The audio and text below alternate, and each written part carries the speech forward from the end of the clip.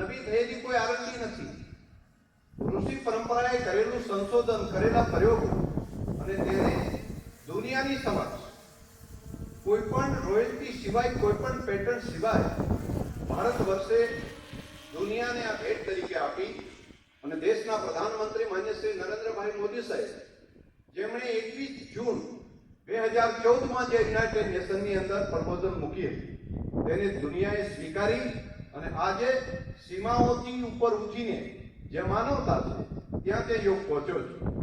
મારે આજના દિવસે ખૂબ હૃદયથી રાજીપો એ બાબતનો પણ કરવો જોઈએ કે રાજ્યના માન્ય મુખ્યમંત્રીશ્રીએ અહીંયા સીમાવર્તી ક્ષેત્રની અંદર આવીને ગુજરાતના પ્રજાજનો નિરોગી થાય, એ મનથી સુખી થાય, ચિત્તથી સુખી થાય અને બુદ્ધિનો વિકાસ કરી આત્માના સુખની પ્રાપ્તિ કરે ત્યાં સુધીની કલ્પના કરીને આજે સીમાવર્તી ક્ષેત્ર સુધી, આજે નડાબેટની બોર્ડર સુધી માન્ય મુખ્યમંત્રીશ્રીએ અહીંયા આવીને, આટલી વહેલી સવારે આવીને અહીંયા આગળ પહોંચી આ કાર્યક્રમની જે શરૂઆત કરી છે, કેટલી મોટી જર્ની કરીને અહીંયા આગળ શેખ અહીં પહોંચ્યા.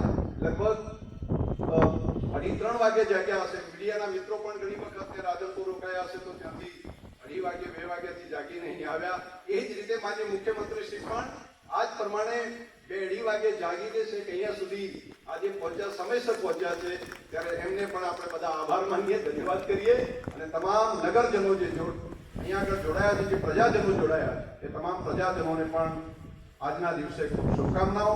અધિકારીગણ અને બીએસએફના જવાનો પણ સાથે જોડાયા છે, તેમને પણ હૃદયપૂર્વકની આજે યોગ દિવસની ખૂબ ખૂબ શુભકામનાઓ. પુનઃ આપ સૌ વતી એક વખત બે હાથથી તાલી પાડીને